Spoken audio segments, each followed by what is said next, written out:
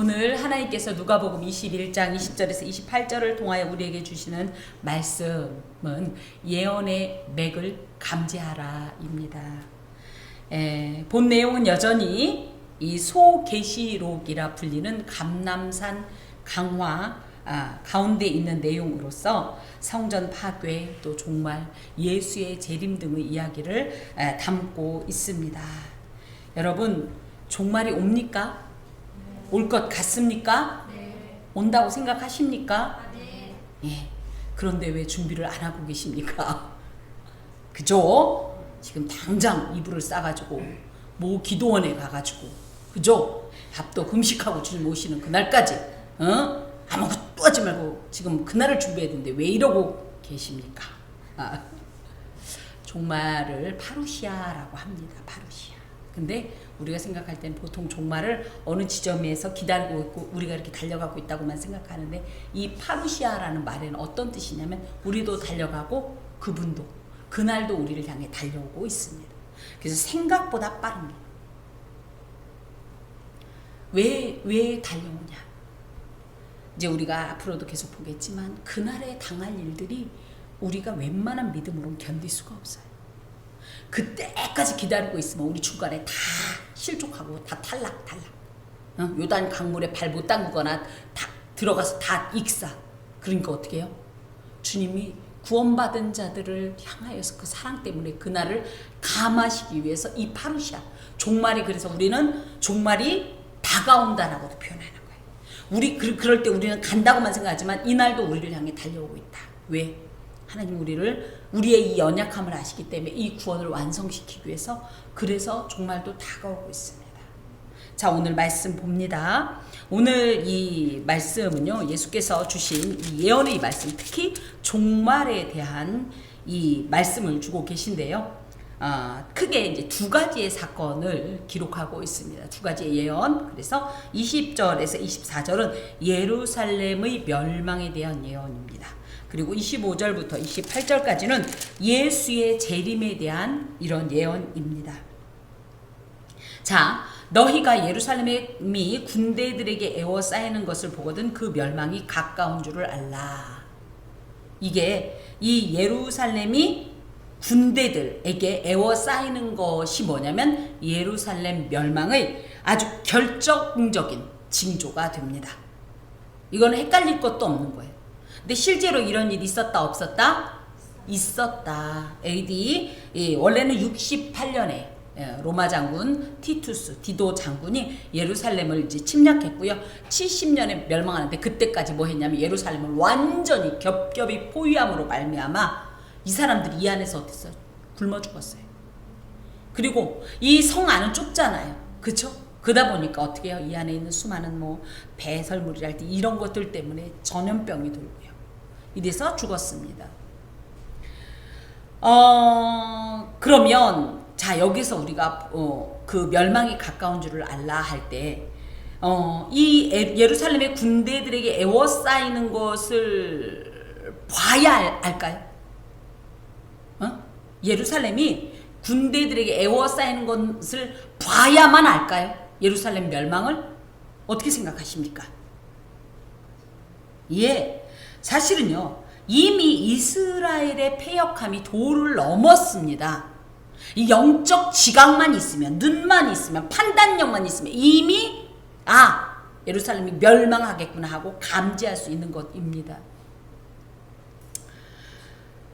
이런 선례가 없었냐? 있었다는 거예요. 과거 아수르로 인한 북이스라엘의 멸망이 있었죠.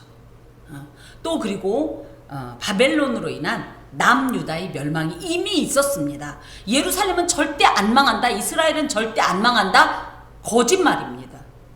원래는 그게 맞아요. 이스라엘이 이스라엘로 살 때는 멸망하지 않습니다. 근데 이스라엘이 더 이상 이스라엘이 아닐 때는 하나님이 설령 이스라엘이라 할지라도 그렇게 아끼시는 민족이라 할지라도 기꺼이 징벌을 행하신다는 것을 역사적으로 이들은 알고 있습니다. 열왕기하 21장 13절에 보면요, 북이스라엘이 멸망하고 나서 남유다에게 하시는 말씀이 있어요. 야, 너희 사마리아를 잰 줄. 이 사마리아가 북이스라엘의 수도예요. 줄이 뭡니까? 죄다는 게 뭐예요? 이들의 죄악의 크기가 얼마만한지 이미 쟀다는 거예요. 하나님께서 이미 평가하셨다는 거예요. 또 아합의 집, 이 북이스라엘 중에서도 아주 징한 인간이 오므리의 왕가라고 하는 아합, 이세벨 남편.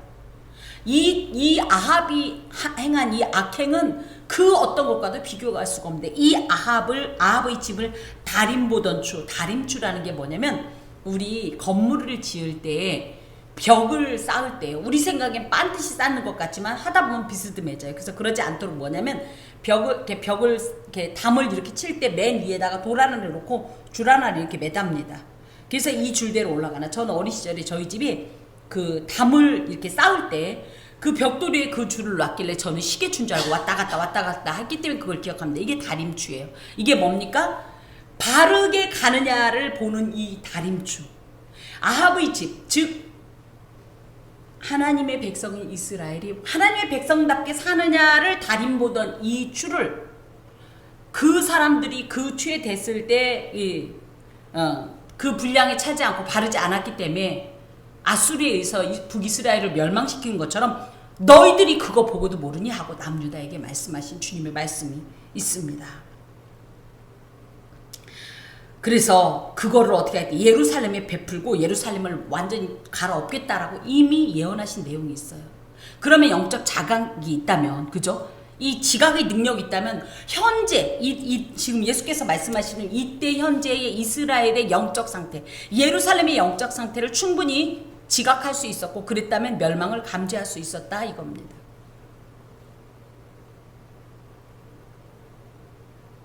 여러분 현재는 어떻습니까? 우리의 현재. 여러분 어떻습니까? 우리 여기 어머니들 계신데 우리 어머님들 젊은 시절과 지금 생각할 때 어떻습니까? 세상이. 누가 봐도 그죠? 이건 이대로 가면 더 이상 안 되겠다. 그죠?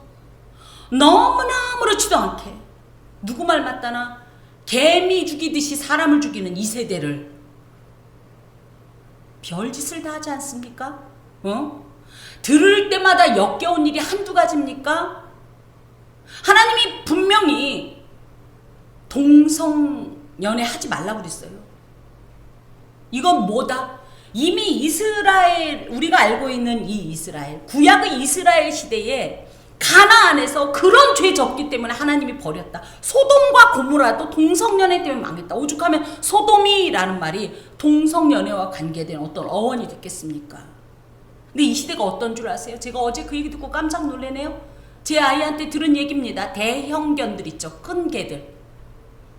걔네들이 사람한테 그렇게 성폭행을 당한답니다. 길 가는 대형견들이요. 여기 뒤 항문이 축 처졌어요. 피칠갑을 하고 다닌대요. 왜? 성폭행 당해서 사람한테. 이 설교 시간에 이런 표현 써서 죄송합니다. 미친 거 아니에요? 여자가 없습니까? 남자가 없습니까? 그 개들을 묶어놓고 이게 무슨 미친 짓입니까? 근데 이게 요즘 일어났다고 아니에요? 이미 과거부터 있었던 거예요. 이게 다 이 동성연애와 관계돼. 여러분 시간이라는 거 아세요? 시간? 시체를 강간하는 내용입니다.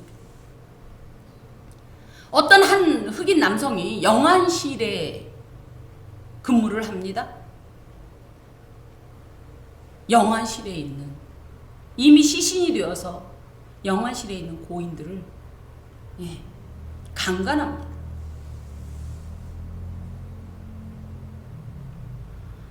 이런 이야기만 들어도 기가 막힙니다. 뭐 동물에 대한 학대, 인간에 대한 학대. 요즘은요 걸핏하면 예전에는 너무너무 화가 나서 막 어쩔 수 없이 우발적으로 나도 모르게 이런 살인이 많았다면 요즘은 아니다. 치밀하게 계획하고요. 요즘 가장 이 살인 사건과 관계해서 가장 흔하게 나오는 얘기가 뭔지 압니까? 토막살인입니다. 토막, 시신, 사람, 별짓을 다 하는 이 시대를 보고 여러분 모르겠습니까? 아직도 이 땅이 몇 천년, 몇만 년 갈 거라고 기대하십니까? 그래서 이 땅이 탑을 쌓아야 된다고 생각하십니까? 이 땅이 보물을 착착착 쟁여놔야 된다고 생각하십니까? 아시잖아요. 알아차리지 못하시겠어요? 이따가도 나오겠지만 자연들은 얼마나 비명을 지릅니까? 더 이상 못해 먹겠다? 그런데도 계속적으로 이 땅이 앞으로 영원 무궁히 존재할 거라고 생각하고 그날은 오지 않을 거라고 생각하면서 이 땅에 집을 짓고 터를 잡습니까? 저희 이 학교 다닐 때 한 교수님은 이제 총각이셨어요. 거의 50이 다 됐는데 총각인데 제가 봐도 그분은 총각으로 사는 게 편해요. 왜냐면 말씀이 상당히 거칩니다. 조직신학 교수님인데 그분이 그렇게 말씀하시더라고요. 저는 그걸 잊을 수가 없어요. 계절학기 수업을 그분한테 들은 적이 있는데 주님께서 오셔서 우리를 데리고 가실 때 말이에요. 자, 나무를 생각해 보자는 거예요. 나무가 땅 깊이 뿌리 내려 있으면 위에서 아무리 잡아 빼도 돼요, 안 돼요? 안 뽑혀요. 똑같다는 거예요. 우리가 이 땅에 깊이 뿌리를 내리면 내릴수록 주님이 재림이 날 끌고 가려고 그래도 이거는 그냥 하나의 예화예요, 우화예요. 안 뽑힌다는 거예요. 땅에 너무 깊이 뿌리 내려서. 이미 이 이스라엘도 주님께서 이런 말씀을 하실 때 알아차려야 했어요. 그죠? 여러분 요즘 우리 유튜브 참 많이 봐요. 그죠? 그래서 알고리즘이라는 말 들어보셨죠? 내가 뭐에 관심 있으면 내가 찬양 듣기 시작하면 뭐가 계속 나와요? 계속 추천 찬양이 나와요.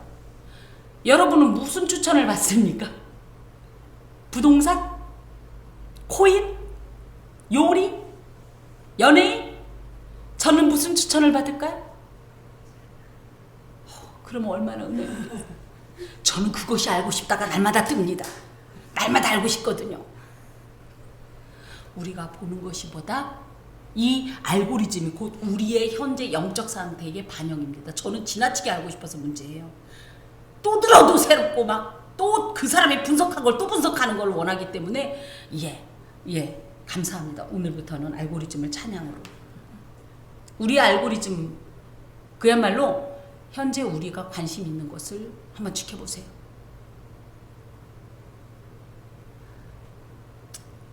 여러분 보면 압니다. 관심 갖고 보면 다 안다고요. 보인다고요. 그런데 안 보고 싶어요. 왜? 그런 일이 일어나는 게 싫어요. 내지는 뭐예요? 안 믿어요. 설마 그러겠어. 옛말에 뭐가 있어요? 설마가 한번 잡혀 보실래요? 정신 똑바로 차려야 합니다. 그때에 주님께서 만약에 예루살렘이 군대들에게 에워싸이는 것을 보거든 그날 니들이 어떤 행동을 해야 되냐? 유대에 있는 자들은 산으로 도망할 것이요 성내에 있는 자들은 나갈 것이며 촌에 있는 자들은 그리로 들어가지 말라. 세 종류의 사람이 나와요. 그래서 유대에 있는 자들이라고 할 때는 쉽게 얘기하면 이 성 안에 있는 사람이었건도 있지만 그 지역에 있는 사람들, 또 성내 성 안에 있는 사람들, 또 성 밖에서 농사 짓던 사람들이 보고서 군대 지금 예루살렘이 멸망하는 것 같으면 다 어디로 가래요? 산으로 가라는 건 한 번이고요. 다 뭐래요? 떠나래요. 예루살렘 근방에 가지 말래요. 그죠? 산으로 가란 얘기는요. 예루살렘은요. 물론 감람산 이 중턱에 이 감람산과 이 모리아산이라고 하는 요 중턱에 있긴 한데 얘는 산은 아니에요. 엄연히 얘기하면 평지인데 이것을 떠나라는 얘기예요. 한마디로 얘기하면 성내에 있는 자들 나가라는 얘기는 어찌됐든 이 예루살렘을 떠나라는 얘기예요. 촌락에 있는 자들은 들어가지 말라. 예루살렘 떠나라는 얘기예요. 왜요? 그겁니다. 예루살렘이 이제 망할 거기 때문이에요. 놀랍게도 당시 전쟁이 일어나면 사람들은 다 어디로 숨었다? 성 안으로 숨었다. 우리나라도 다 그랬잖아요. 그래서 성을 만드는 거잖아요. 그런데 가장 안전하다고 생각하는 이 요새를 어떻게 해라? 떠나라. 이 말도 안 되는 소리인데요. 왜요? 왜? 예루살렘이 망할 거니까. 망할 곳에 들어가면 어떻게 되니까? 니들도 망하니까. 들어가지 말라는 거예요. 특별히 패역했던 이스라엘은 이미 오래전부터 준비된 하나님의 심판의 대상입니다. 물론 예루살렘은요.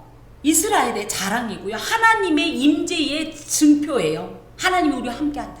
하나님이 우리 편이다. 우리는 특별히 이 백성 중에서 특별히 사랑받는 chosen people, 선민이다.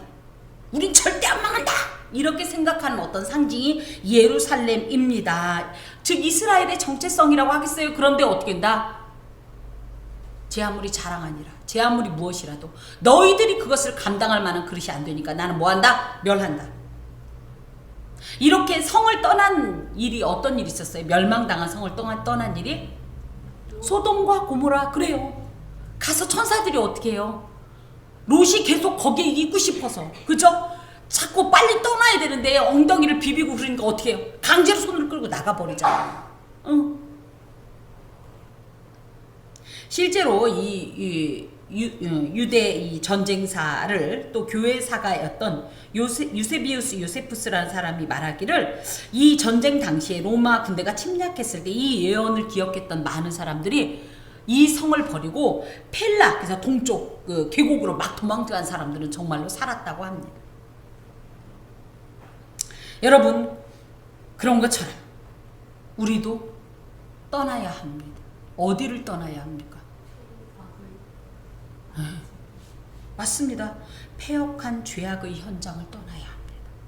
떠나라고 하니까 또 오늘 다 이사가고 그러는 게 아니에요. 지금 내가 지금 몸담고 있는, 내지는 내가 관계하고 있는, 내가 참여하고 있는 그곳인데 이곳이 사실은 뭐다? 멸망당할 하나님의 이 징계의 대상, 심판의 대상이라고 할 것 같으면 떠나야 한다는 말씀입니다. 이게 물리적인 어떤 공간 이동만을 말하는 게 아니에요. 내가 하나님 앞에서 보내는 시간, 우리의 생각, 계획, 이 모든 걸음이 과연 하나님 앞에 합당한가를 보고 그것이 합당치 않다면 어떻게 된다? 내 생활 방식 다 떠나야 한다는 거예요. 왜? 이 모든 것이 심판의 대상이 되기 때문입니다.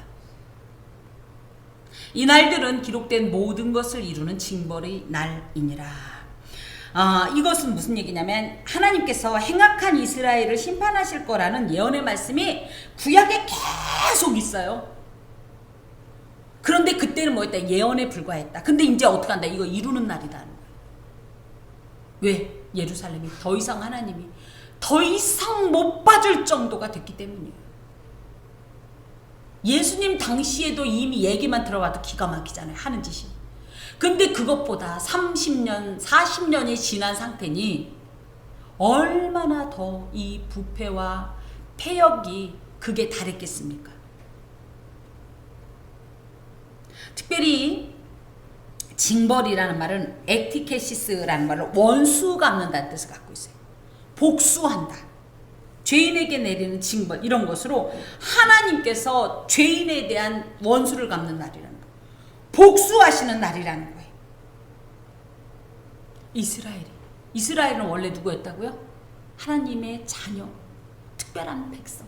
특히 그 중에서도 예루살렘은 성전은 하나님의 좌석으로 삼으셨던 하나님 임마누엘의 상징이었음에도 불구하고 이들이 자신의 온전한 정체성대로 살지 못하자 하나님은 그것을 어떻게 한다? 거기다가 원수를 갚는데 복수하신대요. 특히 이스라엘을, 아까도 제가 이제 오면서 그런 얘기를 했습니다. 이스라엘이 어마어마한 죄를 지은 게 있어요. 뭡니까? 예수님을 죽인 거예요. 하나님이 얼마나 사랑하셨으면 그 민족 가운데로 하나님을 보내셨어요. 그쵸? 그런데 어떻게 했어요? 이 하나님이신 예수를 영접하지 않았어요. 다 거부했어요. 말로는 메시아를 기다린다면서 막상 메시아가 오셨을 땐 다 어떻게 했어요? 뭐하러 왔어? 지금 딱 좋은데 왜 그래? 이때 왜 하필이면? 그래서 예루살렘과 온 유대가 어떻게 돼요? 소동이 아니라 원수의 마음, 사탄의 마음으로 꿍시렁거렸다는 얘기예요. 불만스러워했다는 뜻이거든요. 그러다 끝내는 어떻게 합니까? 예수를 십자가에 못 박습니다. 하나님의 메시아이신 예수를 메시아로 받아들이지 않고 거부한 것만으로도 이미 하나님의 징계를 받을 만한데, 그로 말미암아 어떤 결과가 나왔다? 예수를 거부하니까 어떤 일이 나왔다? 악이 점점점 더 관영한 이런 결과가 나왔다는 거죠. 예수를 거부한 자체도 하나님 앞에 징계의 대상이 되었지만 예수를 거부한 것으로 인한 결과가 뭐예요? 그가 예수를 안 믿는 것도 하나님 앞에 워낙은 죄입니다. 근데 왜 또 심판을 당하냐? 예수를 안 믿으니까 어떤 일이 있어요? 예수를 영접하지 않으니까 그분의 거룩성이 우리와 무관해지니까 어떤 일이 있어요? 계속 죄를 짓는 거예요. 죄가 죄를 낳고 지금 여러분 제가 잠깐 언급한 얘기만 들어봐도 기가 턱턱 차지 않습니까?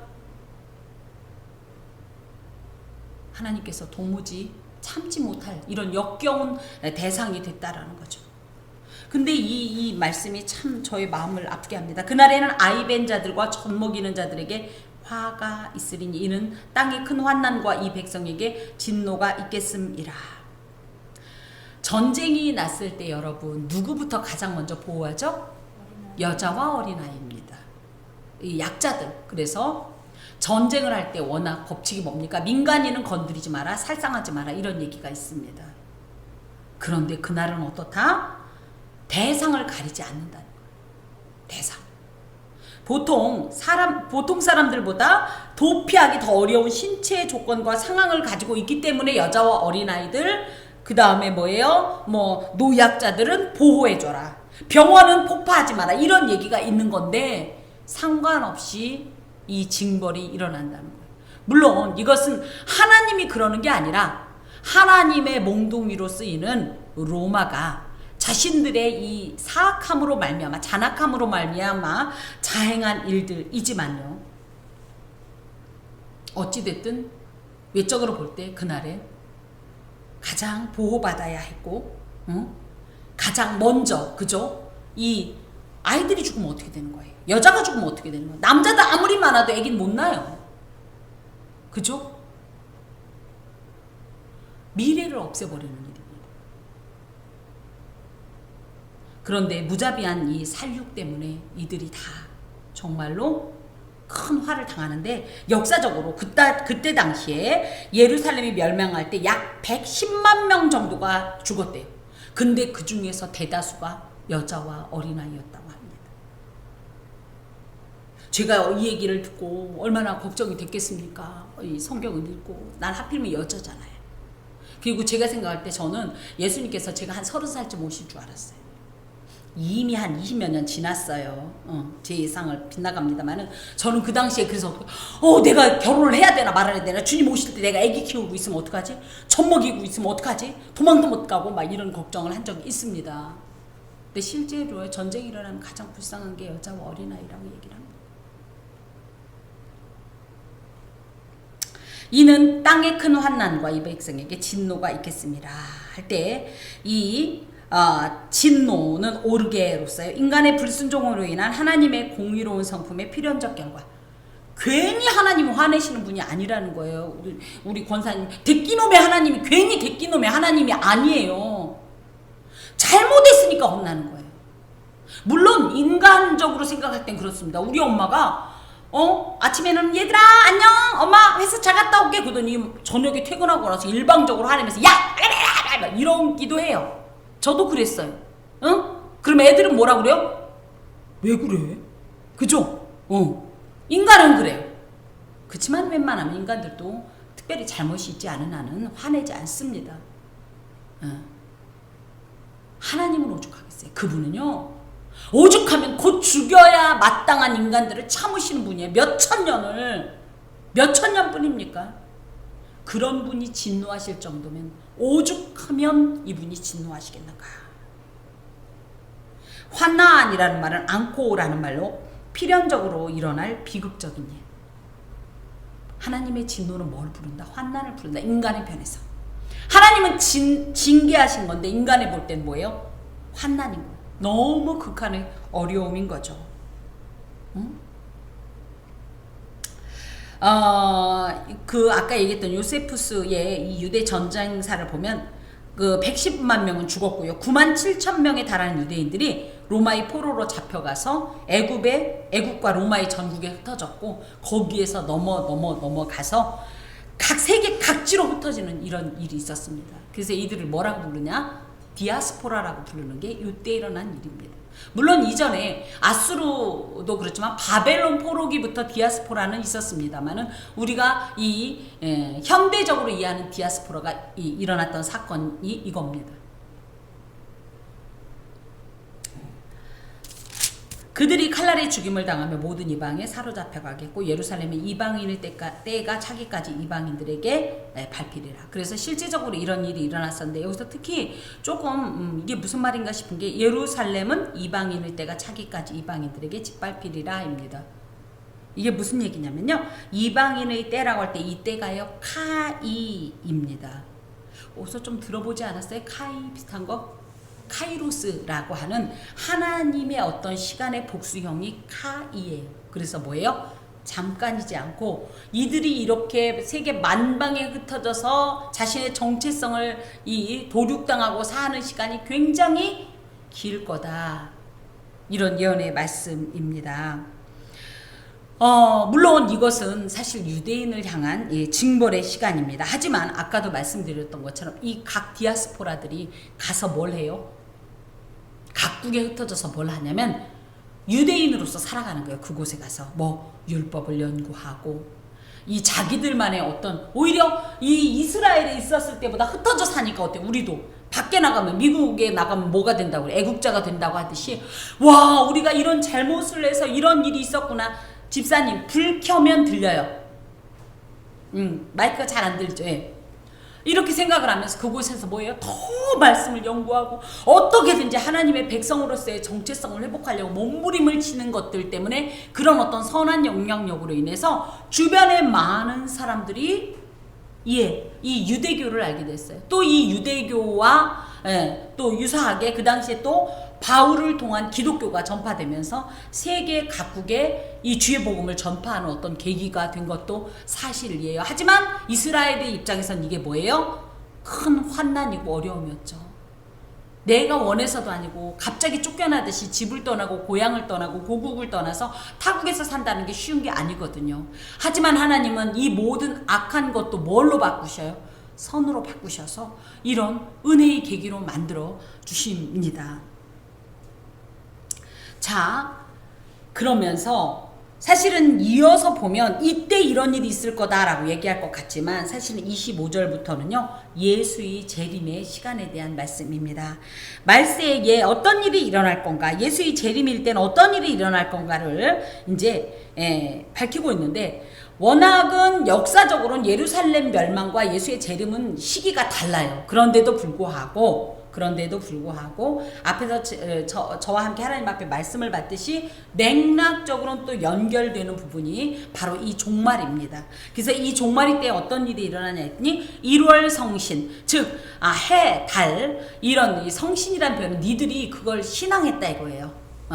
그런데 니들이 그렇게 신앙하고 경배의 대상이 되었던 이 해, 달에게 징조가 있을 거다 할 때 이 징조라는 것은 그냥 누구는 이렇게 보이고 눈 저렇게 보이는 정도가 아니라 누구든지 보면 딱 알 수 있는 이상한 일이 일어난다는 거예요.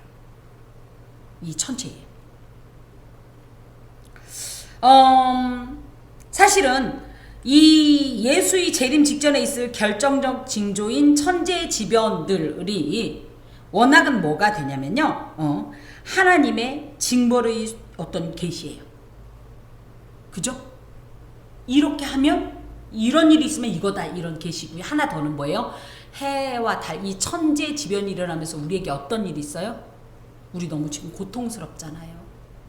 이런 실제적인 징벌의 수단이기도 합니다.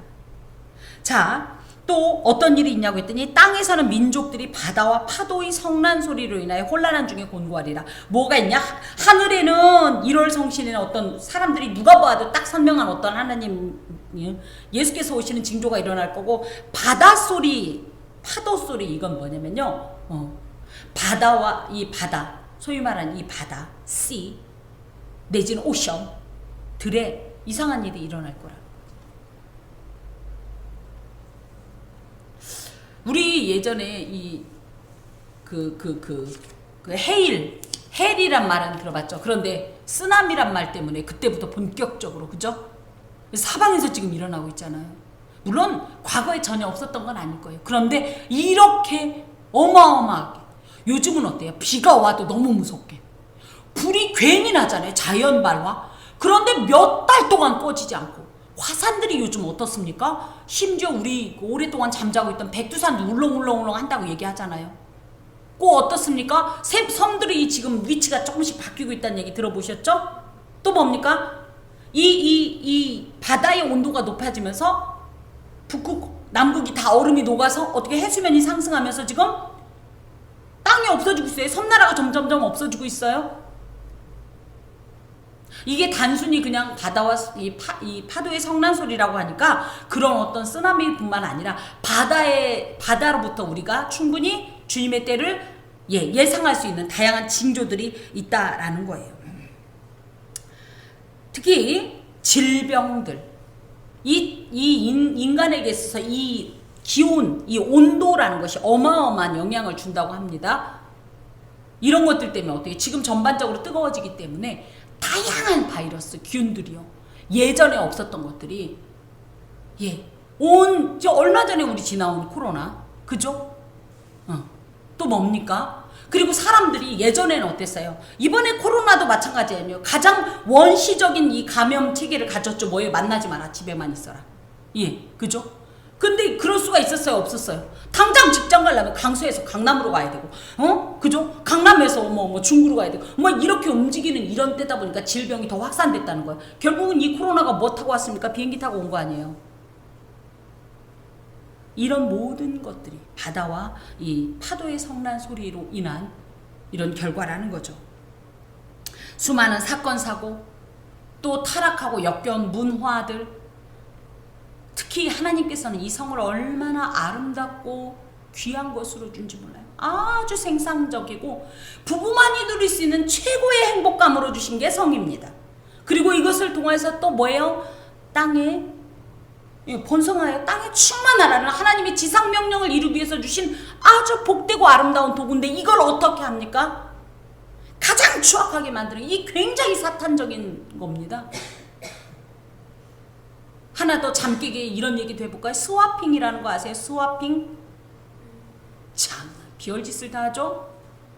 고급 호텔을 방을 하나 큰 걸 얻는답니다. 부부들이 6 부부가 온대요. 그래서 그때부터 동물들처럼, 소위 말하면 개들처럼 네 남편 내 남편 상관없이 역겹고 더러운 어떤 이런 성적 이 행동을 하는 이런 문화들, 또 그게 또 뭐라고 또 그게 유행이 되고요. 요즘 이런 얘기 들어봤어요? 애인 없으면 뭐다? 들어봤어요? 못 들어봤어요? 결혼 안 한 사람은 애인이 있어야죠. 결혼한 사람이 애인이 있으면 돼요, 안 돼요? 그런데 뭐예요? 애인이 없는 게 이상해요. 애인이 있는 게 오히려 더 세련되고 유행 따라가는 거고 문화적이고 이게 다 뭐예요? 바다와 성난 파도의 소리에 해당이 됩니다. 수많은 자연재해들. 물론 말세에 임하는 이들이 정확히 무엇인지는 모르지만 생각만 해도 이 여기에 따르면 이 혼나는 중에 곤고하리라.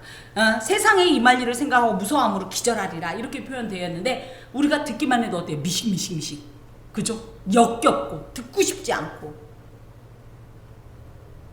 너무 끔찍하고.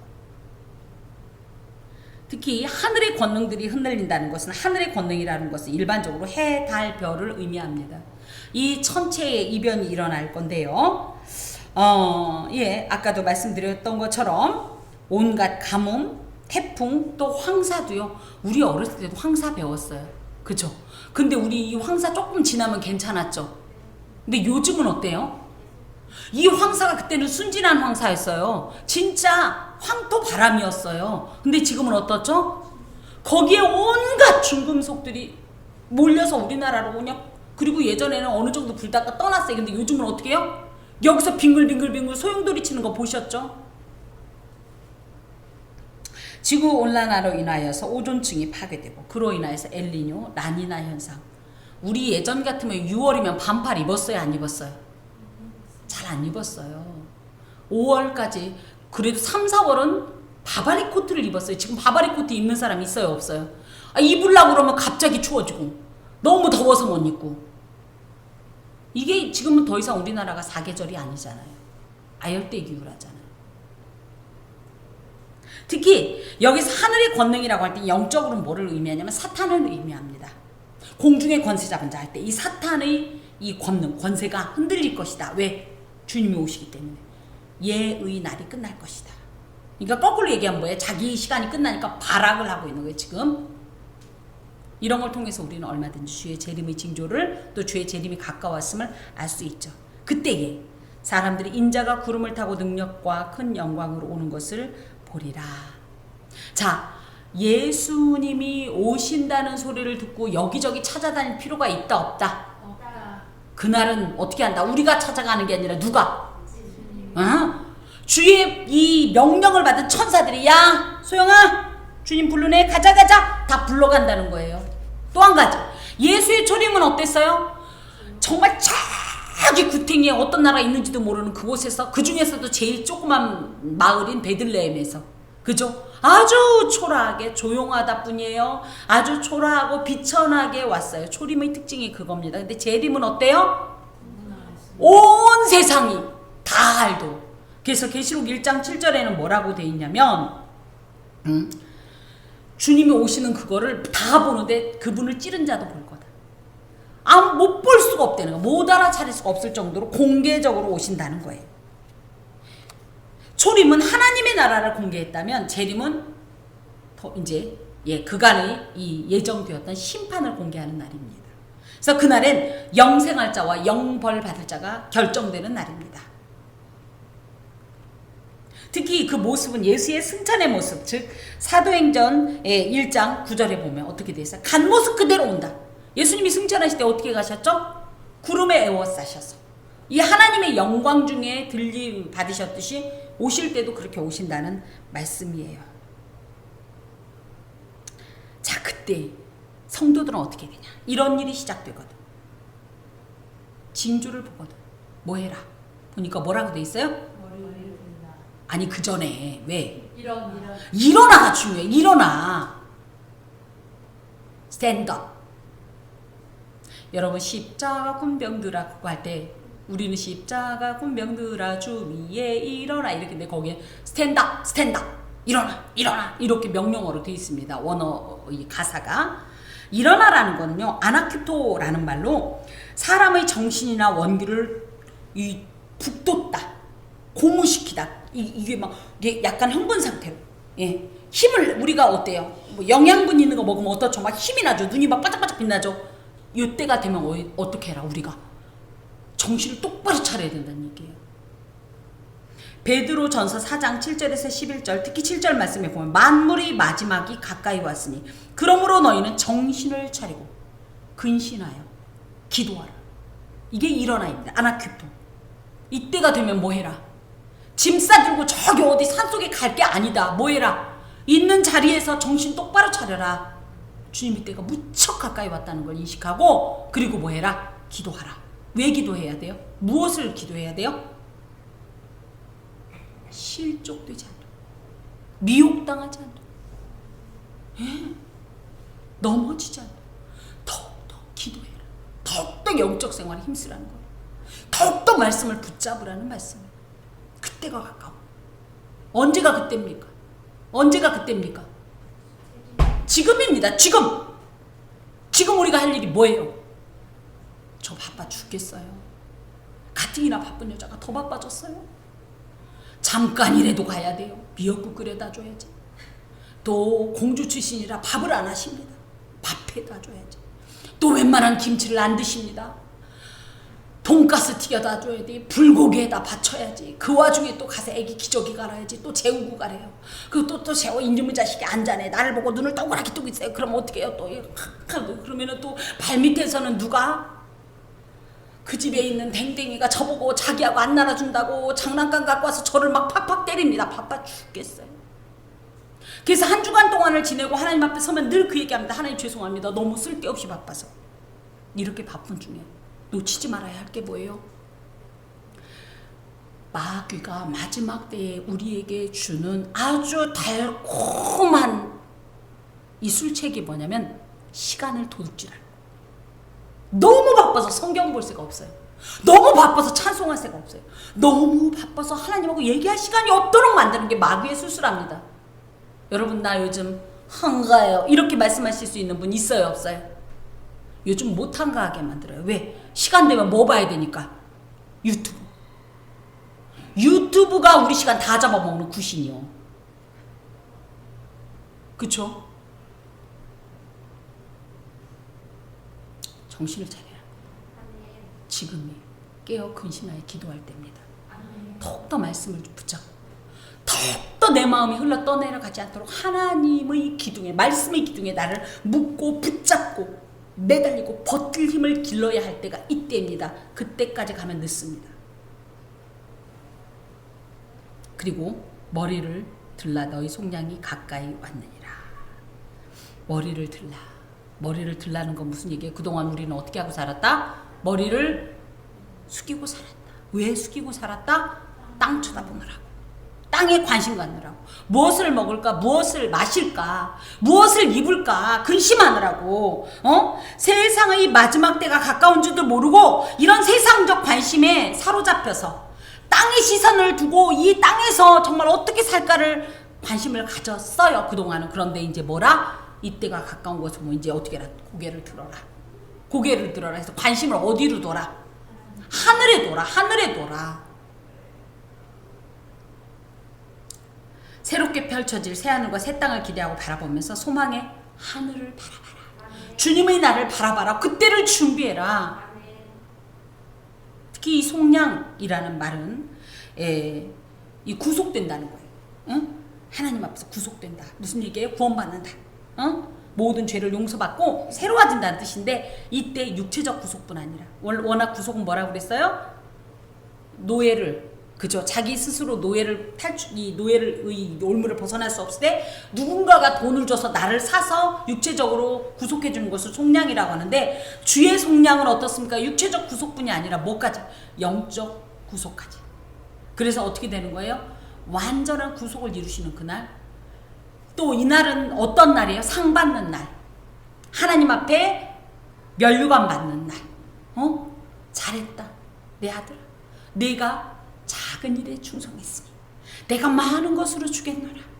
하나님 난 한 게 없어요. 난 한 게 없어요. 내가 뭘 했다고요? 이랬더니 네가 내 이름으로 물 한 잔 주지 않았니? 그게 뭐 별거라고. 이쁜 놈은 어때요? 뭘 해도 이뻐요. 그 물 한 모금 줬다고 그게 이쁘다고 상을 주시는 날이 이 날이에요.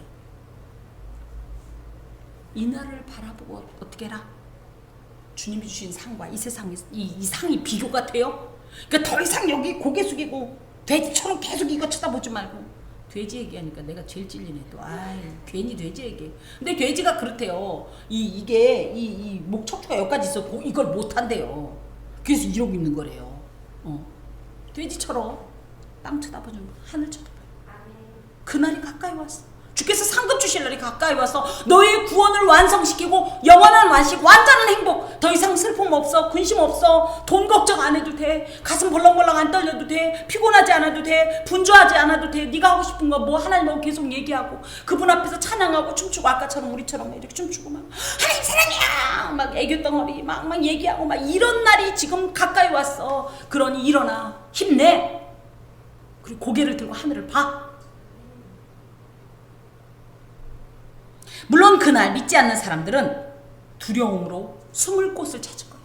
그리고 너무 그 상황이 고통스럽기 때문에 야 차라리 산사태가 나서 날 죽여라 이렇게 얘기한다는 거예요. 근데 우리는 어떻습니까? 내가 참은 보람이 있었어. 내가 남들이 몰라주고 비웃고 야 유별나다는 둥, 야 하나님의 방식대로 한다고 될 줄 아냐, 이혼해 막 이러고, 그런데도 남들은 이런 곰탱이라고 하는데 난 아니야. 난 주님이 그러셨으니까 버틸 거야 했던 이 모든 것에 대해서 보상받는 날. 예수 믿는다는 이유로 바쁜데 더 바빠. 사실 예수 믿는 사람 발바닥에 누구 말 맞다나 정말 고무탄 내나도록 눈썹이 휘날리도록 바빠 죽겠어요. 그래도 하나님을 향하여 이 보물을 하늘에 쌓은 이들이 그날 완전히 보상받는 날입니다. 너무너무 행복한 날이죠.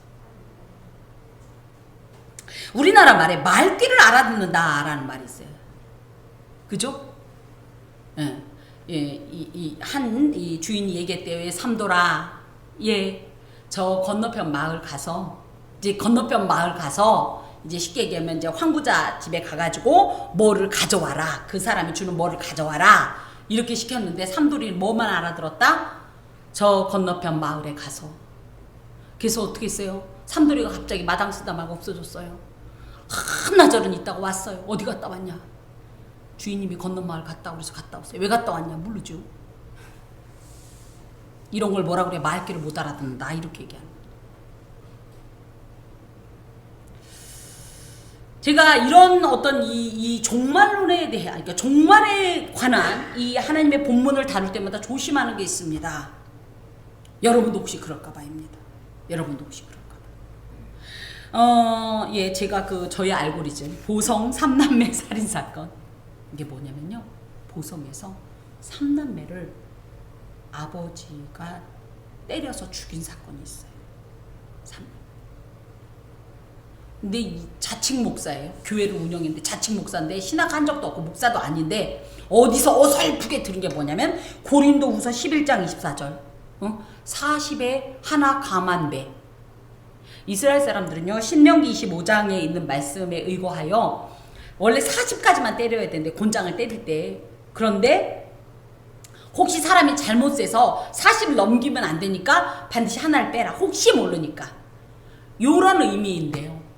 이 사람은 자기 자녀를 하나님이 매를 때리라고 했어. 그래갖고 39대를 애가 언제까지 죽을 때까지 셋이를 죽였어. 때렸어요.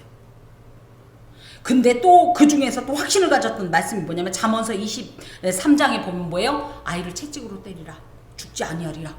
그래가지고 어떻게 했어요? 아이를 39대를 죽을 때까지 때렸어요. 죽었어요. 근데 죽지 않는다고 말도 안 되는 이런 믿음을 갖고 있었어요. 왜 이 얘기를 하냐면요, 우리가 성경을 제가 또 이렇게 말씀드렸듯이 조심스러운 거예요. 오늘부터 당장 회사고 뭐고 다 그만둬. 그냥 골방에 가서 기도만 해야 돼. 그냥 설마 이러진 않겠죠? 네. 제가 그래서 조심스러워서 일부러 제목을 예언의 맥을 감지하라 이렇게 한 거예요. 말귀를 알아들어야 돼요.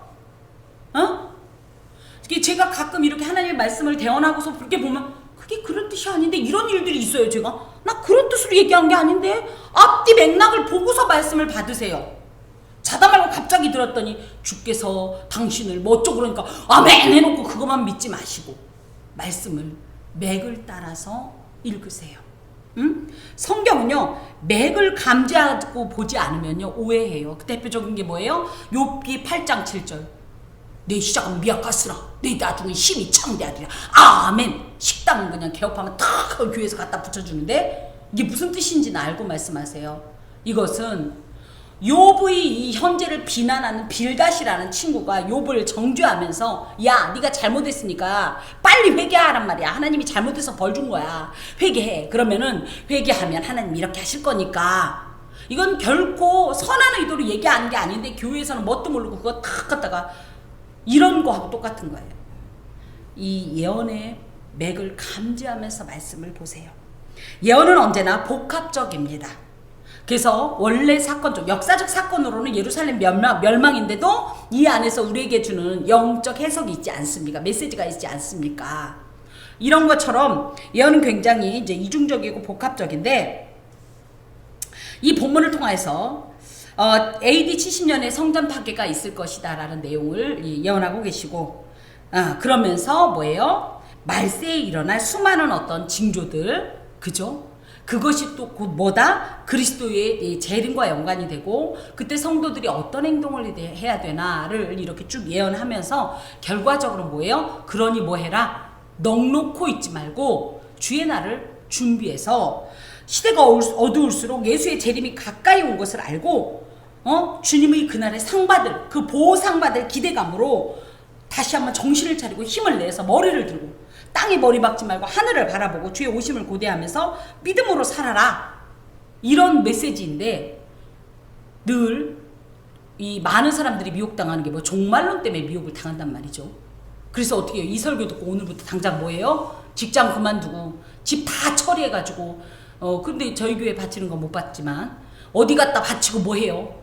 자식도 뭐도 다 필요 없이 어디 산에 가서 혼자 풀뿌리 이런 식으로 하면 안 된다는 말씀을 좀 드립니다. 여러분 예언의 목적을 항상 보셔야 돼요. 왜 이 말씀을 하셨을까? 법 주려고 그러는 게 아니에요. 정신 차리고 그 구원을 우리가 누리게 하기 위해서. 응? 여러분 성경을 그러므로 바로 읽으시고 읽을 때마다 한 부분만 잘라서 보지 마세요. 제발. 예전에 어떤 형제는 하나님 오늘은 무슨 말씀을 지게 해주십니까?